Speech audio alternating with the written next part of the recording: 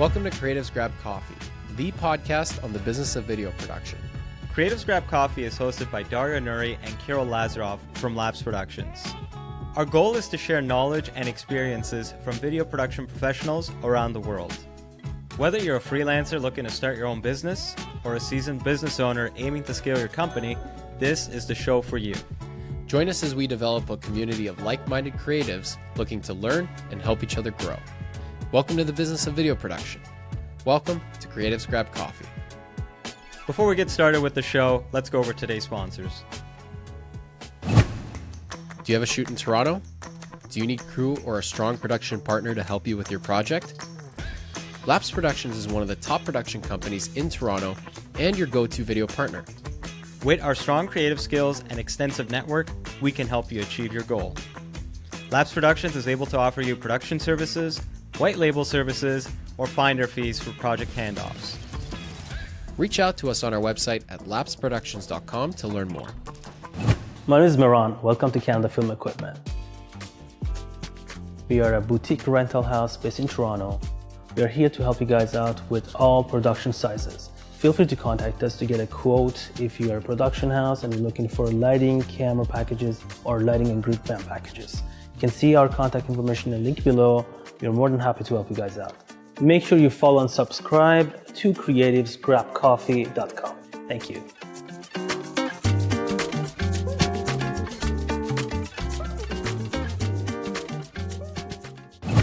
Hey, what's up, everybody? I'm Matt. Welcome to Audio Process. We are a boutique audio company doing location sound design, post-sound, ADR, Foley. We service equipment. We do all your audio needs here in Toronto. We got you covered. Come on down, audioprocess.ca. Don't forget to like, follow, subscribe, and all of the other internet things to creativesgrabcoffee.com. They'll be waiting for you. I'll be waiting for you, and we're all going to have a real good time. And now, let's begin the show. Okay, hi, welcome back everyone. Today we got Greg Cairns from Cairns Film, based out of Colorado and Montana. Greg, welcome to the show. Thank you. It's good to be here. Yeah, it's nice to meet you guys. Nice to meet you as well. So I guess let's just start and let's just get a little bit of a background from you. Yeah, so I've been in film for kind of 10 or 15 years now. I started as a little kid with a camera filming BMX. Riding, would make little videos about it, and then gradually transitioned into it being a profession. In college, I started to get paid to, make music videos at friends at bars, and then started to shoot some weddings. And then I moved to Bozeman in 2016. And was just looking for a film job.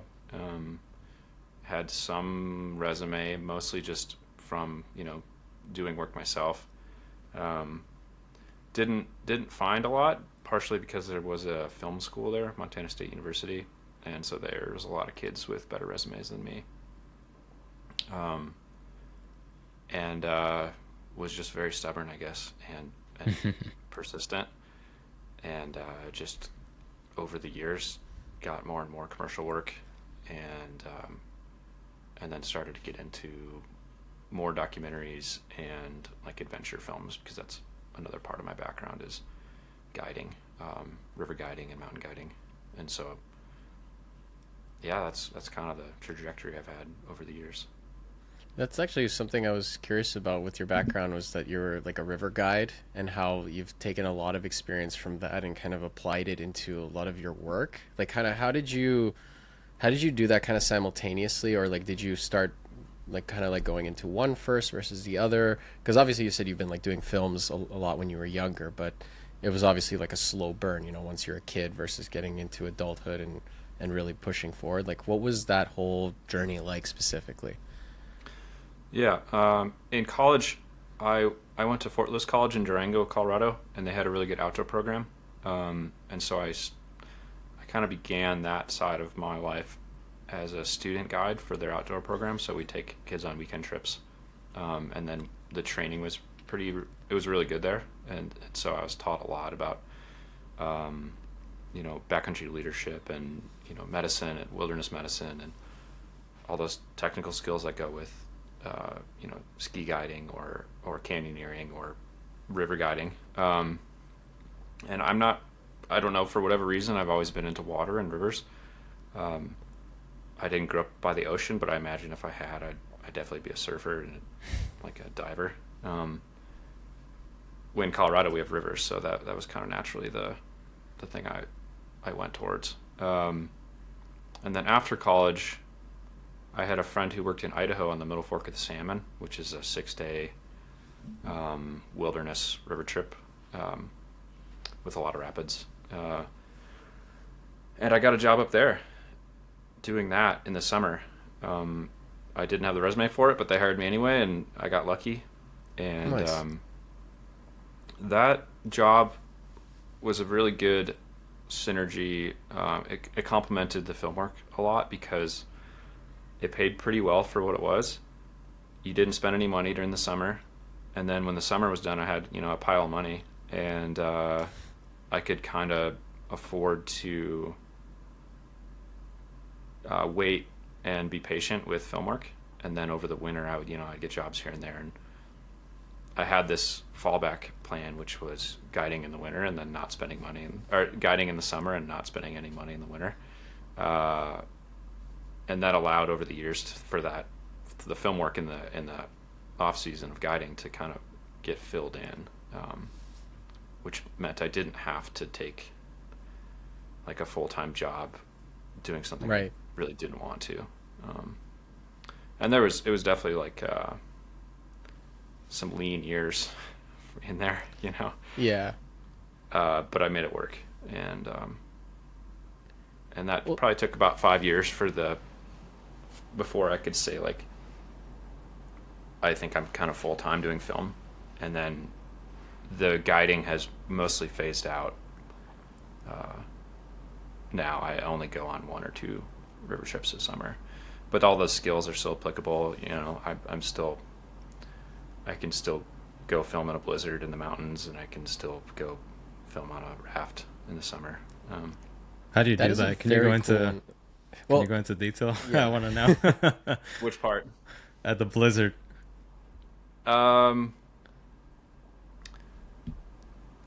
So there's a lot to it, right?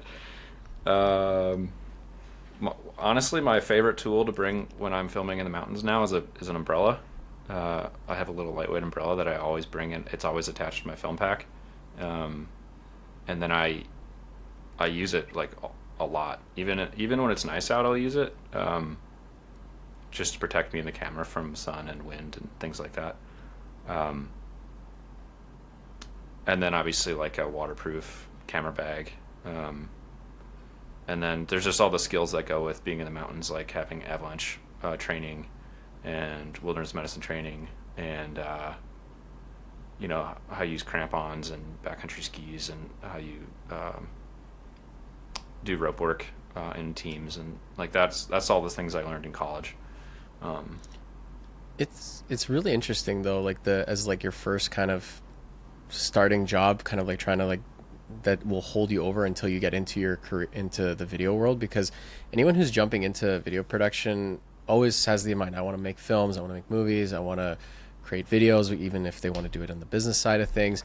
But it takes time to get to that point, because obviously there's not a very cheap career that we've gone into. Obviously it depends on your path, but if you're going the path of being independent, freelance, and then you're going to need some equipment, which is going to cost money. And obviously you need a job that can hold you over until you get to that point. And you were very fortunate to find a great job that can translate a lot of skills into video later on, and a very fun one too, to be honest. Like you said, something that saves you a lot of money, so you have like a good war chest before you dive right into video. Whereas like for a lot of people, in their situation, it's like, sometimes it's just starting with like a minimum wage job, and then it's a very slow burn. But even with the great job like you had, it took you, like you said, what, 5 years to get into it? Yeah, I'd say 5 years to feel like I had pretty full-time work in the winter and the shoulder seasons of guiding.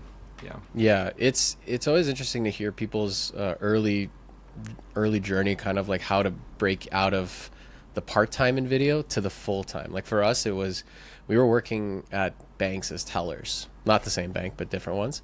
So that's what it was for a little while. And then what kind of was lucky for us was jumping into shooting weddings and learning a lot of that, because that wasn't originally the goal, was to shoot weddings in the beginning, but it was something that helped us kind of get a little bit of cash in the beginning to start investing in the business, but also learning skills that actually are very directly related to it, right?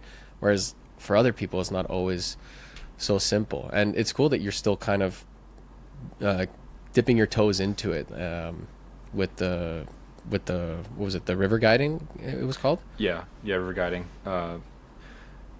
And another thing that's good about it is, it's a lot of the things that I film are kind of difficult for someone without those skill sets to film. Yeah, it's very specialized. And it's like part of the selling point to hire me is like, oftentimes, like, you just need me. Like, I don't need someone to help me or another guide there to make sure I'm safe. Or sometimes I'll have a PA if I need one, but usually it's just me. And it's, I can just imagine the job posting. Need a PA, pays $200 a day. Gonna have to be in a blizzard. To climb mountains. need to withstand being in a blizzard. For Is there a 12 hours. blizzard fee that you add to the line item for that invoice? no, that's they get paid in experiences. Oh, there you go. Yeah, the true. No, they get paid experience. They get paid in exposure, weather exposure. Weather exposure. You'd be surprised in Colorado. There's actually quite a few PAs that would sign up for that. That sounds pretty good. Yeah. To be honest, it does sound exciting. Like when you think about it, like if you're someone who's just coming out of, well, maybe, but like I'm just thinking of it from the perspective of someone coming out of like film school and you don't have a lot of work experience, and then you hear of this one filmmaker who has a very unique skill set, very unique content he shoots, and he needs someone to help him with some of that work. That's definitely a new experience to try. I mean, obviously, if you're for the outdoors, not a lot of people are for that. So, but I imagine like a lot of people in Colorado and where you're from, that being outdoorsy is kind of like a requirement almost. Yeah, it is, and there's a lot of people that are interested in working on films like that. There's a lot of talented people that are willing to work for not that much money just because it's like a pretty sweet gig for a few weeks to go shoot some film in the mountains.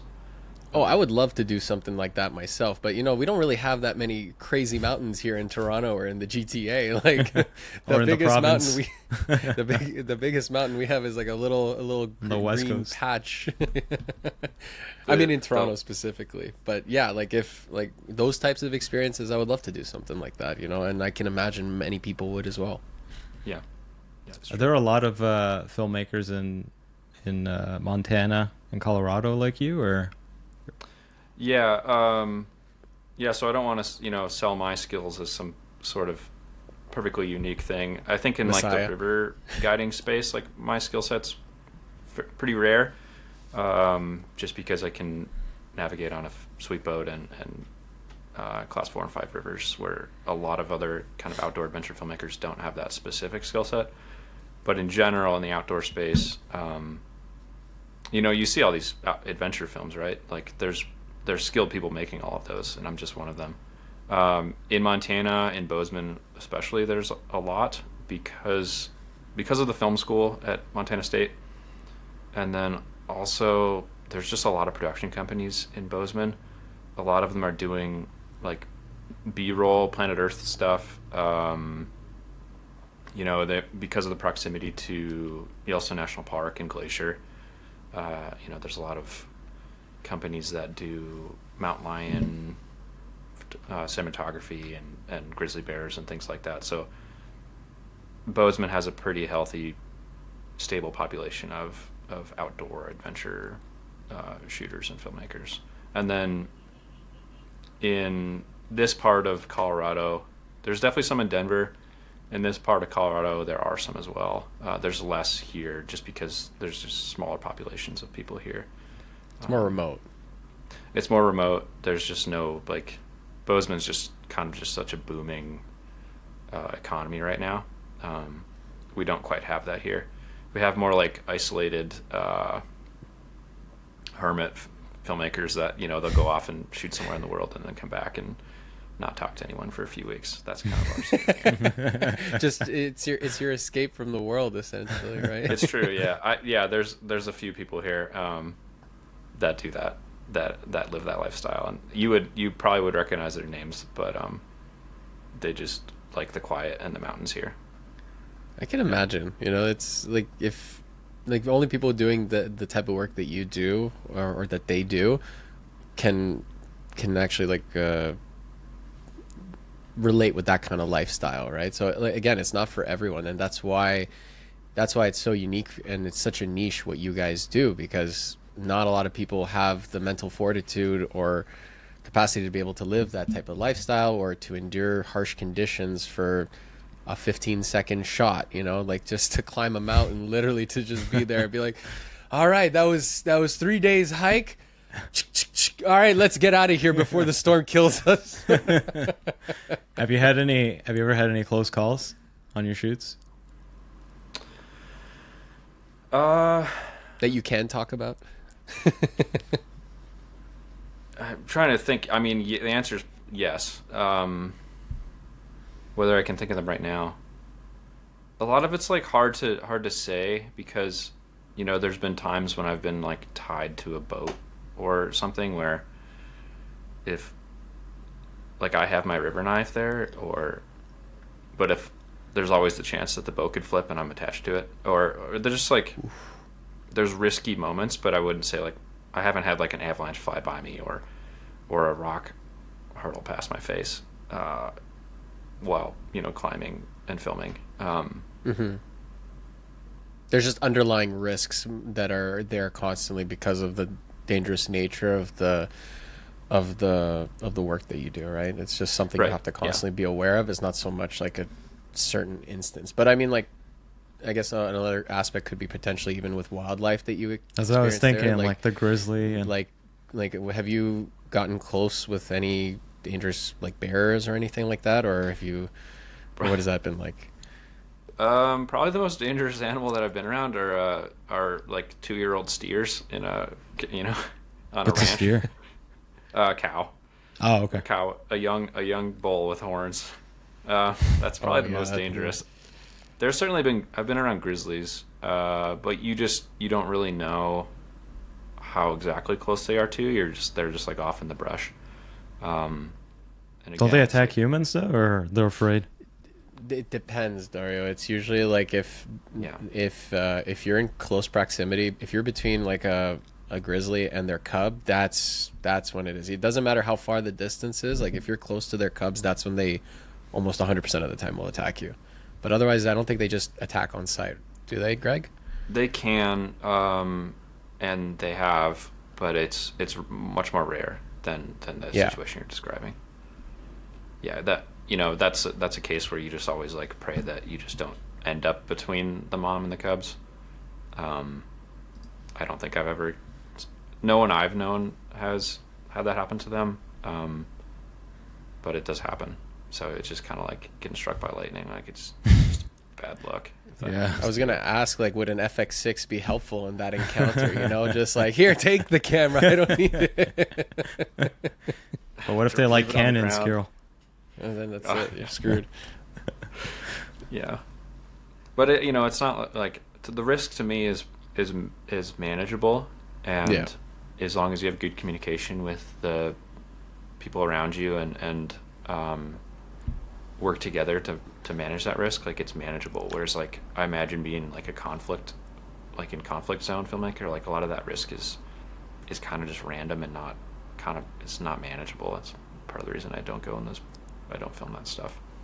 I'm a bit curious about like what it's like managing a production for a client with these very unique situations. It's very different, like say like if a client comes to you and says, hey, we need to do a 1-day shoot in a studio, it's pretty straightforward. Whereas like how do you quantify or how do you budget for something like that? Like say like, oh, we need to film something in the mountain with this brand or this lead. Like how do you go about that typically? What's your process? I suspect there's more like leniency in terms of like time. So I'll, for a film or a shoot, I'll kind of budget in. I'll budget in how long I think it'll take in terms of days, and then the scheduling of that is completely up to me. And like at that point, it's on me to figure out how long it's going to take. So if a blizzard comes in, or if it's raining or something and we can't film, that's just, I have to kind of eat that cost, or just kind of work with the weather. So most of my clients, we're on, there's not really short turnarounds for the work I do. It's like I'll send them something in a month or two and they're fine with that. And so there's that kind of flexibility into it. And a lot of the clients that I work with are outdoors people themselves, and so they kind of understand how that works. Does that answer That makes your question? sense. Yeah, that makes sense, because I guess that's a big factor, is like the type of clients that you're attracting as a result of it, because it's I don't know why, like I guess in my head I was thinking like, oh, what if a finance client wants to do something like this? But that's not the kind of clientele that you typically work with, obviously. But And I guess part of the story, like usually the stories that I'm telling are, if there's some sort of delays, like we often can build them into the story. Like if there is weather, or nice. Or we just don't talk about it. Like it's usually not a problem. Those kind of hiccups, I guess, in the stories I'm telling. Yeah, like you want to be able to adapt to like this kind of content. You've got to adapt to kind of like whatever the weather is typically. But I was curious about how you mentioned that if there's bad weather or something, that you have to eat the costs on that. But what if it's like, say you're managing like a team of people, there's a bad weather storm front, like does that mean you have to still pay everyone in that? I mean, I know you mostly do a lot of things by yourself, as you mentioned, but there probably are cases where you do work with a team of like maybe 2 or 3 people. In that case, like how is that managed typically between you and the client and them? If I'm working with other people that are in that capacity, it's like it's kind of just built into the cost, I guess. And we just take breaks, I guess, like try and take a day off, and yeah, it's not, that part's tricky to navigate, and it's like so dependent on the story, and every shoot is completely different on whether, people are there as an athlete, and often athletes aren't being paid because they get promotion from it, or like the client's paying them separately, or and then my PAs,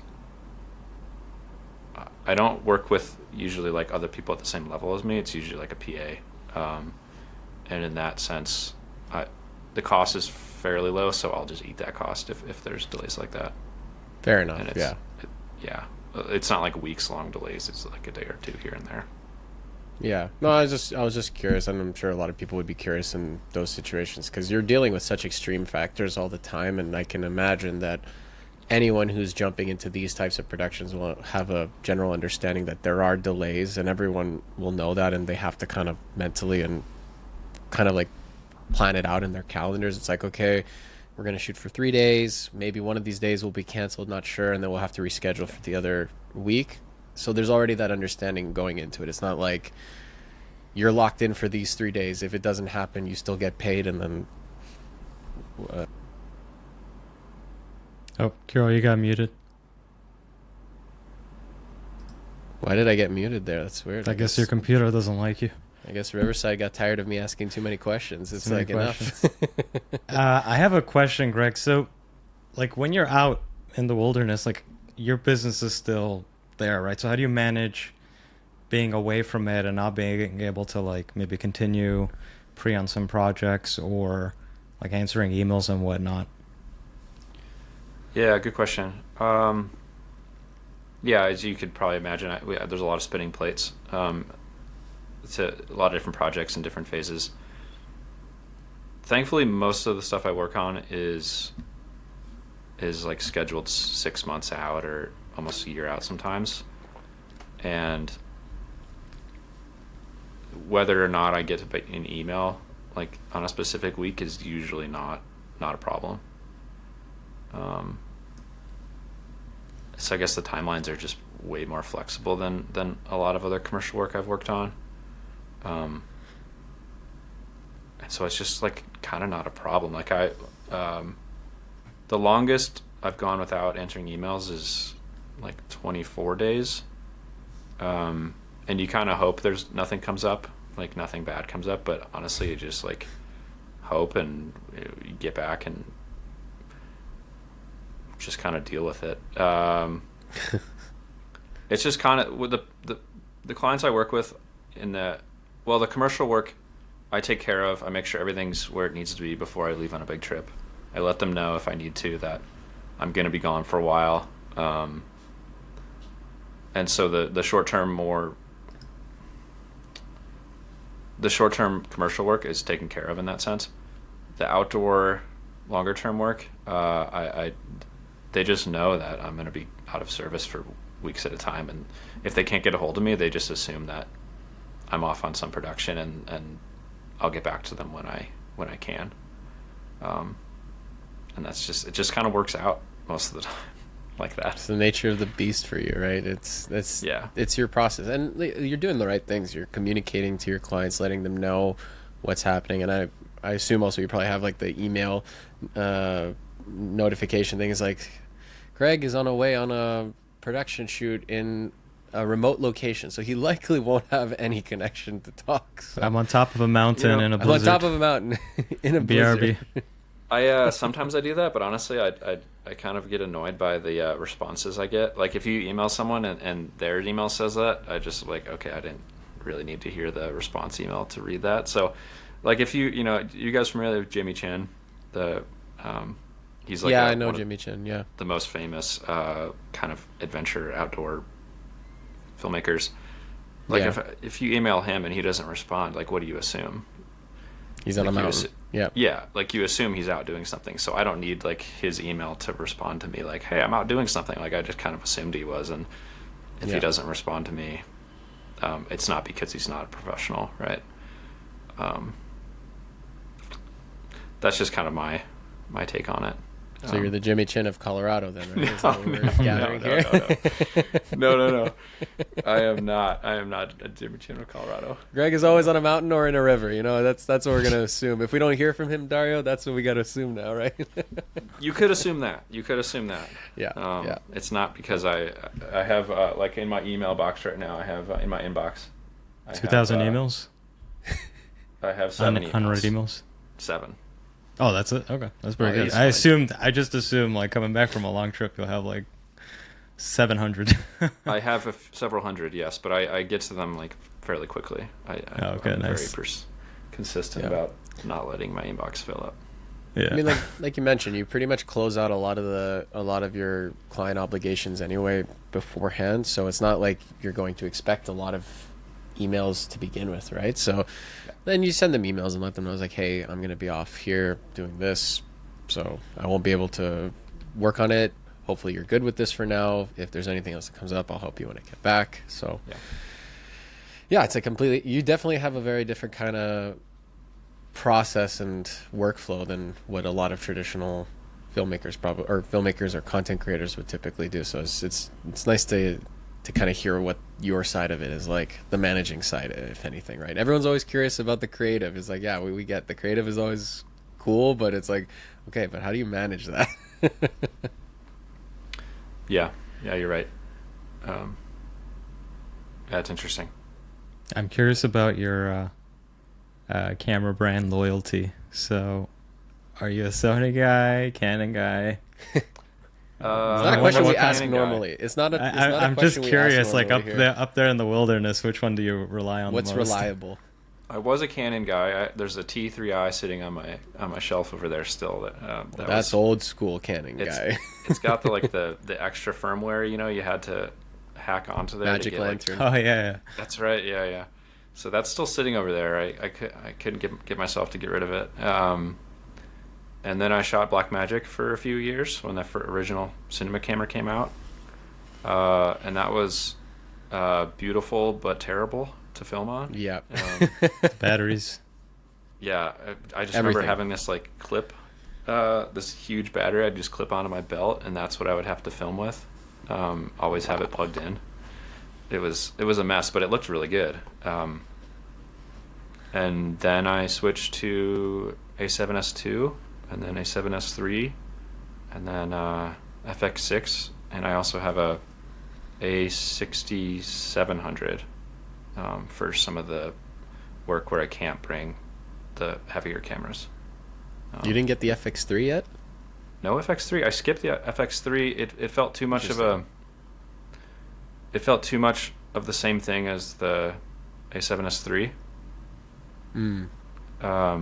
And I have a colleague who got that, and before I had decided, and he's like, honestly, it's like the kind of the same thing as the A7S3. And I was like, well, I guess I'll get the bigger. Yeah, a lot of people in our space like who get the FX6 package are like swear by getting the FX3 as like the smaller, obviously like the gimbal camera or the more compact one. So it's just interesting to hear the perspective, because like not everyone has different preferences when it comes to that kind of gear, and it all depends on what your personal workflow is like and what content you shoot. So if you don't need it, then you don't need it. Yeah, I think if I didn't have the FX3, I mean the A7S3, then I probably would have went with that. But like the image quality is very similar. The workflow is very similar. Even shooting with it's very similar. And I just didn't have anything. And we're also in an age right now where whatever equipment like if you buy a camera in 2021, it's still going to be good to use in 2025 now, I guess. You know, like it's not gonna, like the new cameras coming out now are incremental, and they're only there if, like, say for example something breaks or something gets really outdated and then you need to get something new, or like your shooting style changes, then you can invest in it. But like we can't just be chasing gear all the time, because your bank account can't afford it over time, even if you finance it but over it's the fun course. It's so everyone loves a new toy, right? I will say since I got the FX6, I'm very happy I got it, and it serves a very different purpose than I think, to me, what the A7S served, and what I kind of imagined that FX3 would do for me. I shoot very quickly when I shoot documentaries, and having the auto ND on there is pretty magic for my ability to like think about what I need to think about while working quickly. Someone needs to send this clip to Canon. Do they not have auto ND on any of theirs yet? No, they don't have the variable. Actually, no, they don't have auto ND. They don't have auto ND. They don't have variable. They just have different. They just have like stops, like two different ND stops. Like we're shooting with C70s right now, which honestly, for what Canon has, that's probably like the best bang for buck with everything, because it's compact enough. The new one released, the C80, which is cool, but it only adds like a couple minor features. So if you already have the C70, you don't really need it. Yeah, you don't need it. But it's like there's always like something missing with Canon that is always a little bit annoying, but we do it because we like the picture quality that comes right out of it. Like we used to be Sony people back in the day as well, but we were with the A7S2 era, and that was such a pain to color grade. And, like, so it's yellow. Like even the most basic, well-lit, controlled shot, you needed to do a good amount of color grading. Like, and you could never get it right. It was always like some yellow or green in it. To be fair, some of the clients we were working in this wind tunnel at the time too, and in this wind tunnel they had lights that had different color temperatures everywhere, and combining that there were with like Sony 20 30 light there were like 20 30 lights in the actual tunnel space, and like one was green, one was yellow, one was white, one was blue, and then coupled that with Sony's with the A7S2 terrible tint that it had, that was the most disgusting footage that you'd have to like edit over time to make it usable. Oh God, I remember memories. that as well. Memories, you know. Another thing I like about it, I don't know how long you guys want to talk cameras, but FX6, I have my friend, I work with him quite a bit. He has the FX3, and You know, he has to build out the monitor on top, and then have like sometimes he has an extra battery attached Yeah. to it. And the FX6, like, even doesn't really matter what I'm doing. Like, it's always solid and well, you know, balanced, and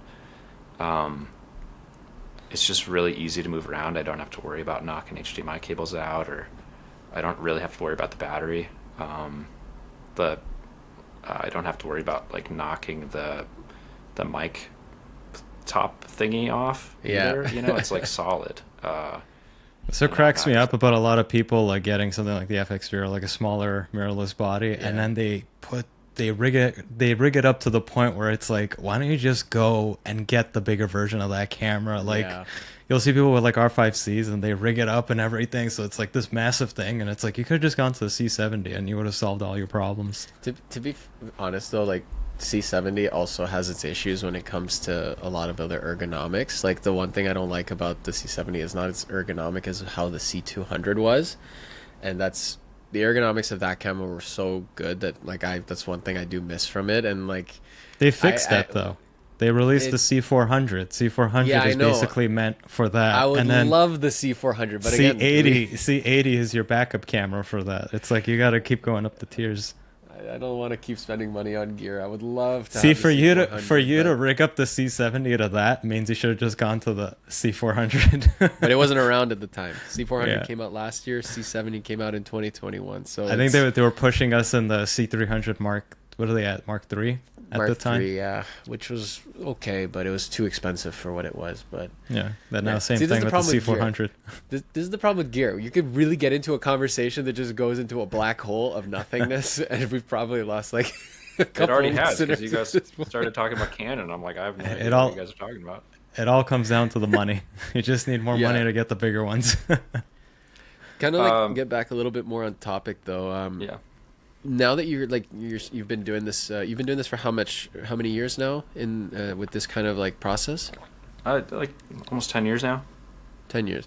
What do Yeah. you see kind of like, what are some goals that you have for the future in terms of like either the content you want to create or like the work you want to do? Because I know you have it as kind of like you're more independent rather than like a full-blown production company. Do you see yourself kind of leaning more into the production company world, or do you want to continue just the independent route? Oh man, I feel like I ask myself that every day.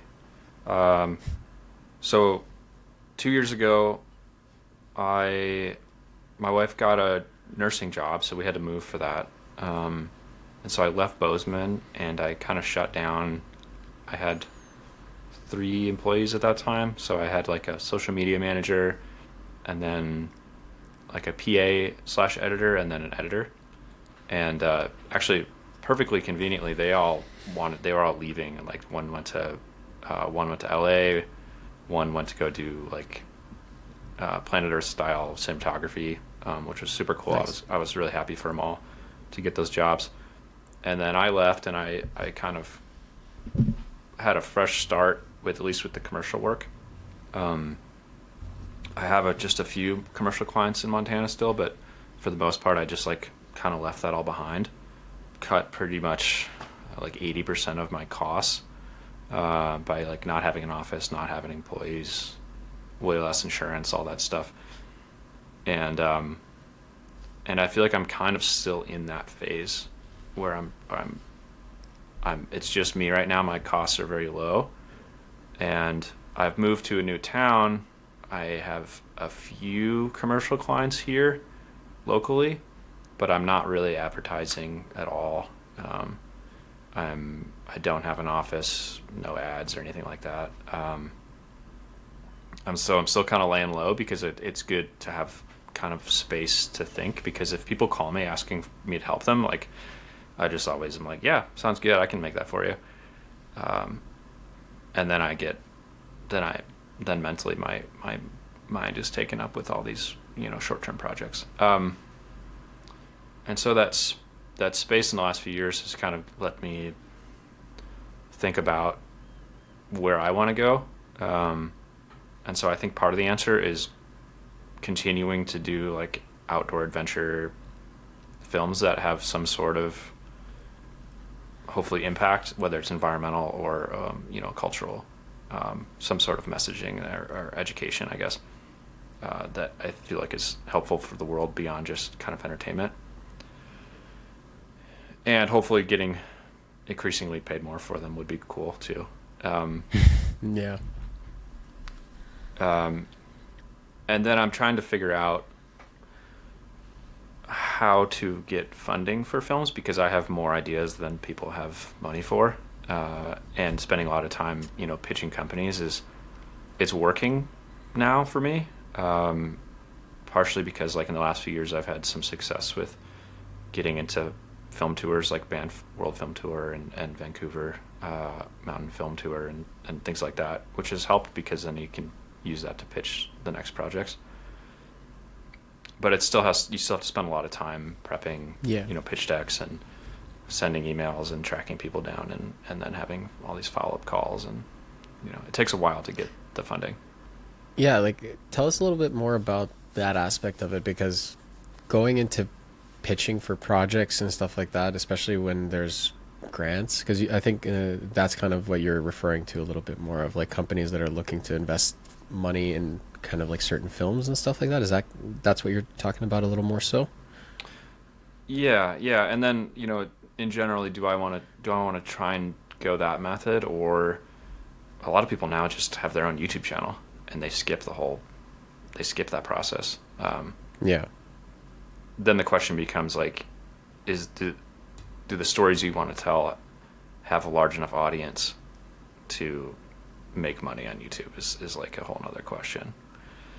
There's so many ways to do it.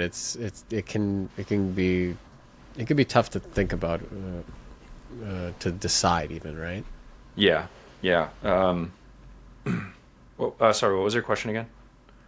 Well, kind of like if you've been like doing a lot of those kind of like going about the process of like pitching for these types of very unique projects and clients, like especially with the work that you do with your background, like what has that process been like for you? It's evolved some, but I mean, I guess in general, I've just gotten like more professional with the process.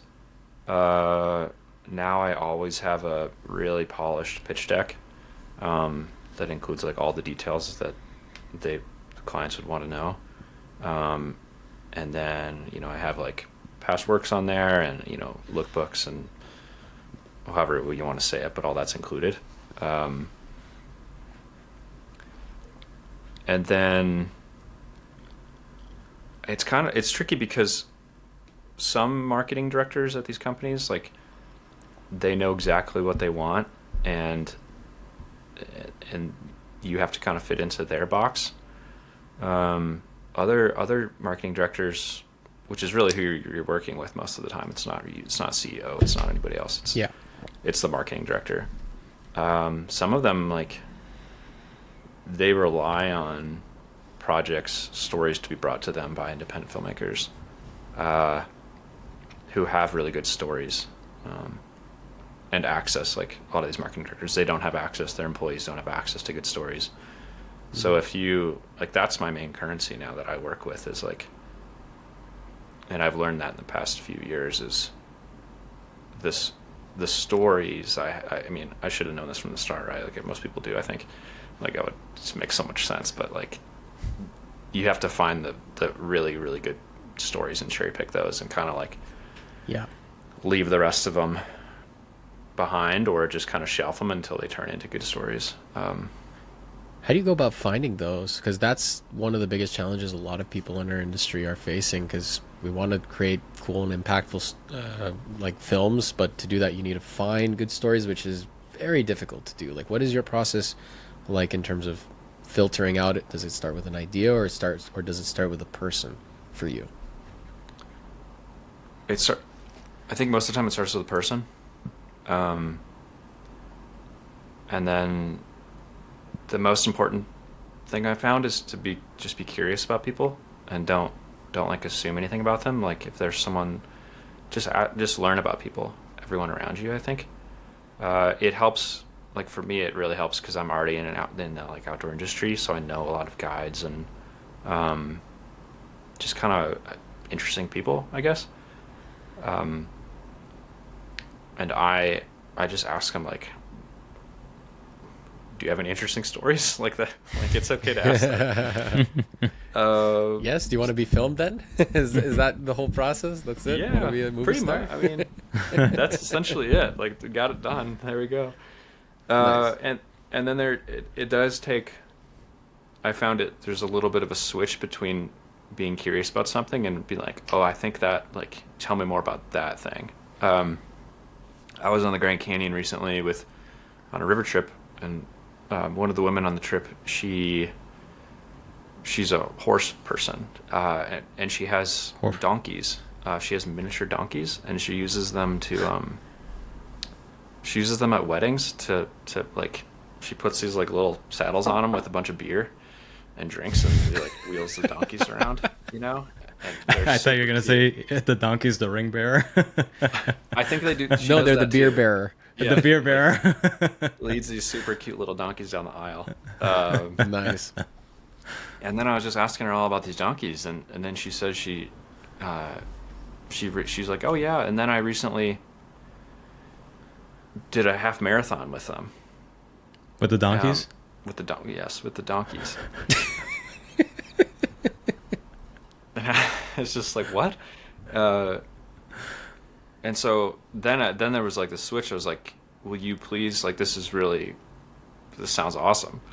Will you please, like, let's talk about this, because I would love to be there to film it if you ever did another donkey marathon. Like, I don't know where that's going to go and what that would turn into, but I feel like that's worth you mentioning to me if you're going to do this, because I'd like to at least There's a story explore there the idea. to explore. Yeah. It's ridiculous. No, and it's it would be definitely really cute. It's intriguing. I can see running into that on Instagram Reels, as you're just going through it. Yeah, so it's got several things for it. Like, it checks enough boxes where it's like, okay, let's explore this more. But that learning about that half marathon with the donkeys, you have to ask some questions before someone often tells you those other stories, because they either don't think you're interested or aren't going to assume that you're interested in learning about their donkeys, or people are just often humble, and they don't want to brag about their most interesting stories they have, or what they're going to do. They don't want to just assume like that you're going to find them really interesting and want to film with them. And so I find it takes me signaling that I'm curious enough to want to know for them to open up about stuff. The other thing is, like, when you think about it, for a lot of these people, this is their day-to-day. To them, this isn't extraordinary stuff, right? It's normal for them, and so they may not think that a certain aspect, like, oh yeah, that happened, it's like, it's nothing big deal. It's like, what are you talking about? It's crazy to hear, right? Like, for most people, it's a completely different experience. So it's more so just kind of just opening them up a little bit and getting them to talk about just casually about what their day-to-day is like, and then you might find some golden nuggets out of nowhere, like you said, donkey marathon. Like, I'm like, How fast were the donkeys? Did you beat them? I don't know. They're probably faster than me, but I don't know. It just happens a lot. Like, another friend of mine, he's not a professional kayaker, but he's a dad now, so he can't spend his time doing that, but he's a really good whitewater kayaker, and he goes on all these international kayaking trips. And one he went on by himself in Alaska, and he went to go scout some rapid, and he came back to his boat, and his boat was gone. And he's like, where did it go? Downriver, I guess. Like, it got swept away, maybe. Jesus. He's like, I'm confident I did not leave that boat in a place where it would go down river by itself. He's like, I always make sure when I'm on these solo things that I like pull up the boat super far. And he's like, there's no way it left by itself. So he ended up having to hike out through the forest like 4 days by himself. Oh my God. In his dry suit. Oh my God. Wild. But before he told me that, like 20 minutes before he told me the story, he's like, I was like, do you want to do a podcast episode or an interview and see if we can find something? He's like, I don't really have any stories, like, Dave, what are you talking 4 about? days in the wilderness. You got a story, man. That's a movie but sometimes idea people right forget, there. right? People forget, and it doesn't click in their head because they don't think like filmmakers, right? Like, Yeah. like we have a unique way of thinking about how to portray people's stories and in video format. Other people don't necessarily have that, so they may not think of it right away, right? So you just have to probe them just a little bit more to get it, right? Yeah. So just being curious about the people around you, I think is the biggest thing. Biggest advice for any filmmaker: be curious and be overly curious, because you never know what extra story might come out of the people you're talking to, right? Yeah. That's it. Nice. I think I'm good on my end. Like, honestly, that's a great note to leave the podcast on. We Craig, gotta thank you pull so a much for George joining us. Costanza and leave on a high note. Yeah, exactly. Leave on a high note. Love it. Well, thank you guys. It's been good to talk, and at some point, got to learn more about you. So There's about 80 episodes of our content out there. Yeah, we can chat more after the episode as well, so it's not a problem. Yeah. okay. Cool. All right. Well, thanks, Thanks, Greg. Thank you guys.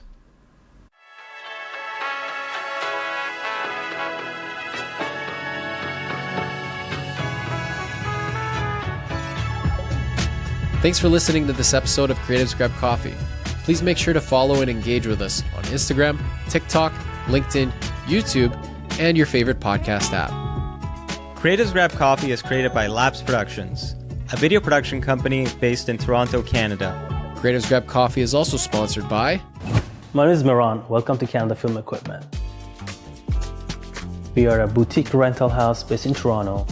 We are here to help you guys out with all production sizes. Feel free to contact us to get a quote if you are a production house and you're looking for lighting, camera packages, or lighting and group band packages. You can see our contact information in the link below. We are more than happy to help you guys out. Make sure you follow and subscribe to creativesgrabcoffee.com. Thank you.